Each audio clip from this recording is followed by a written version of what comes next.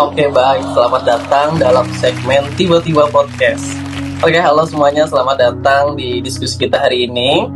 Tema kita cukup berat ya, namun sangat penting untuk dibahas, yaitu eksploitasi anak sebagai permasalahan sosial. Perkenalkan, saya Febrian dari program studi manajemen yang akan memandu jalannya diskusi pada hari ini. Dan juga hadir dua narasumber kita yang luar biasa sekali. Ada Kak Mikhail dari program studi bisnis digital, seorang aktivis perlindungan anak. Dan juga ada Kak Abdi Ihsan, beliau dari program studi pendidikan ekonomi, merupakan seorang sosiolog yang banyak meneliti isu sosial anak. Oke, mungkin kita sapa dulu ya para narasumber kita. Halo Kak Mikhail dan juga Kak Abdi, apa kabar? Halo Adam, kabar baik, alhamdulillah. Halo Adam, alhamdulillah luar biasa. Oke, alhamdulillah luar biasa apalagi untuk podcast kita kali ini. Karena kita akan membahas hal-hal yang mungkin terasa menusuk hati, tapi memang perlu kita sadari bersama. Kita mulai dari dasar dulu ya, Kak Mikhail mungkin bisa jelaskan lebih rinci apa itu eksploitasi anak dan apa saja bentuk-bentuknya. Oke, terima kasih Adam atas waktunya. Eksploitasi anak adalah tindakan memanfaatkan anak-anak untuk keuntungan orang lain dalam kondisi yang merugikan hak-hak anak itu sendiri. Bentuknya itu sangat beragam, Adam. Yang pertama, contohnya ada eksploitasi ekonomi. Misalnya mempekerjakan anak di pabrik, di jalanan, dan di perkebunan. Lalu yang kedua ada eksploitasi seksual yang sangat marak terjadi baik dalam dunia nyata maupun dunia maya. Lalu yang ketiga ada eksploitasi dalam industri hiburan, misalnya anak dipaksa tampil di media tanpa perlindungan hukum yang memadai. Bahkan ada juga eksploitasi dalam konflik bersenjata di mana anak-anak dijadikan tentara atau kurir perang, seperti itu Adam. Oh, jadi eksploitasi ini bisa terjadi di banyak sektor kehidupan ya? Bukan cuma di jalanan doang ternyata. Betul sekali. Oke. Mungkin kalau dari sisi sosiologi nih Kak Ali, mungkin Kak Ali bisa jelasin faktor apa mungkin yang bisa mendorong terjadinya eksploitasi anak ini? Baik, menurut observasi saya ya, ada banyak faktor. Ada kemiskinan menjadi faktor utama. Menurut data BPS 2024, sekitar 9,5% anak di Indonesia hidup dalam kemiskinan ekstrim. Kemudian pendidikan rendah, banyak keluarga yang tidak paham apa saja hak anak. Budaya patriarki dan kekerasan, di beberapa budaya, anak dianggap milik orang tua dan bebas diperlakukan apa saja. Kemudian kurangnya penegakan hukum. Walau ada undang-undang perlindungan anak, implementasinya sering lemah di daerah-daerah. Dan terakhir, dunia digital nih. Banyak eksploitasi anak terjadi lewat internet seperti kasus cyber grooming dan eksploitasi seksual secara daring. Seperti itu Adam.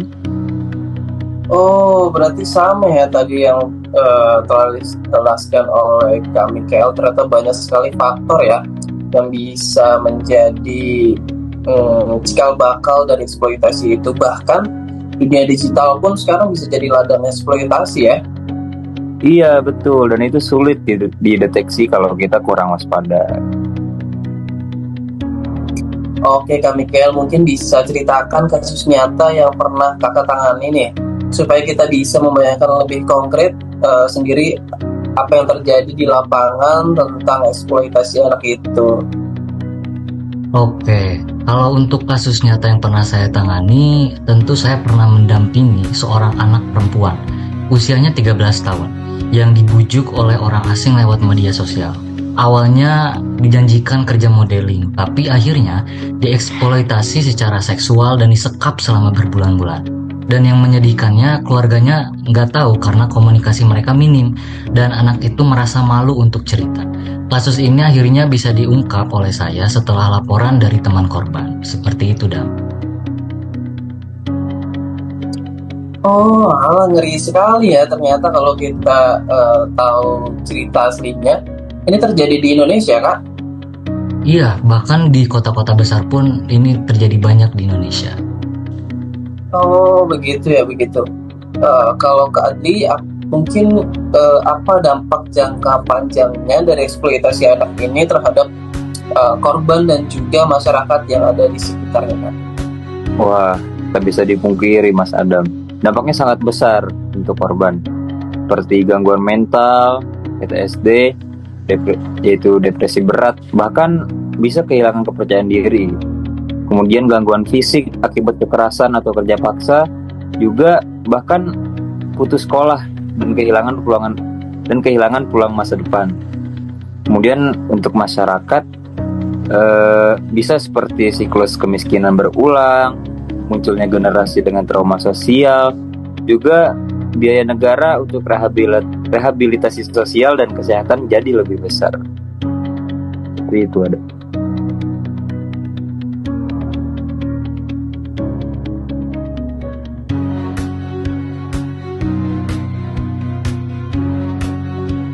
Berarti dampaknya bukan cuma ke individu ya, tapi juga ke masyarakat luas ya ternyata.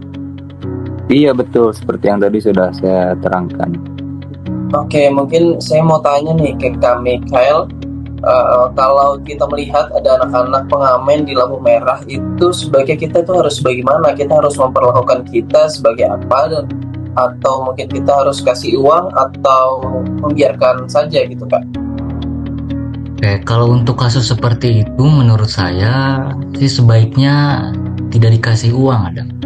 Karena kalau dikasih uang justru memperpanjang rantai eksploitasi. Lebih baik laporkan ke lembaga perlindungan anak atau pihak berwenang. Atau kalau kemungkinan ajak berinteraksi lalu arahkan mereka ke bantuan sosial yang resmi seperti itu, Adam. Oke, kalau gitu saya akan bertanya ke Kak Adi. Mungkin menurut Kakak nih Kak, peran sekolah dalam mencegah eksploitasi ini apa sih sebenarnya? Sekolah ya, menurut saya sekolah bisa jadi benteng pertahanan gitu. Seperti memberikan pendidikan atau edukasi tentang hak-hak anak sejak dini agar mereka tahu apa yang bisa mereka perjuangkan gitu. Kemudian membuka jalur aduan yang aman kalau anak mengalami kekerasan. Juga tak lupa melibatkan orang tua dalam sosialisasi tentang perlindungan anak. Seperti itu. Oke, begitu ya Kak ternyata.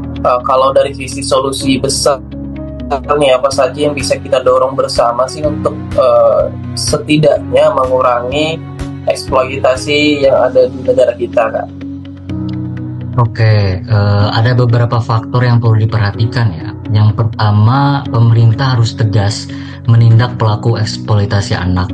Tidak boleh ada kompromi. Lalu yang kedua, media harus lebih bertanggung jawab dalam menyajikan berita tentang anak. Jangan mengekspos identitas korban lah istilahnya. Lalu yang ketiga, masyarakat umum perlu membangun kesadaran kolektif bahwa anak bukan milik orang tua untuk dieksploitasi seenaknya. Nah, tapi satu lagi nih Mas Mikael dan Mas Adam. Pentingnya rehabilitasi dan reintegrasi korban ke masyarakat. Anak korban eksploitasi butuh trauma healing yang serius supaya bisa kembali berfungsi normal. Oke, sangat setuju sih Kak dari pendapat kakak-kakak sekalian. Dan tidak terasa juga kita sudah di ujung diskusi pada hari ini. Sebelumnya terima kasih banyak nih Kak kepada Kak Mikael dan juga Kak Adli atas diskusinya hari ini. Sahabat semua, eksploitasi anak bukan hanya persoalan keluarga tertentu atau daerah tertentu. Ini masalah sosial kita semua. Yuk mulai dari diri kita sendiri, peka terhadap lingkungan, berani melapor, dan edukasi orang-orang di sekitar kita tentang hak anak. Bersama kita bisa putuskan rantai eksploitasi, dan juga tadi sudah dijelaskan tentang eksploitasi anak, apa penyebabnya dan juga akibat-akibat yang bisa disebabkan dari eksploitasi anak itu. Mungkin cukup sampai di sini. Sampai jumpa di diskusi berikutnya.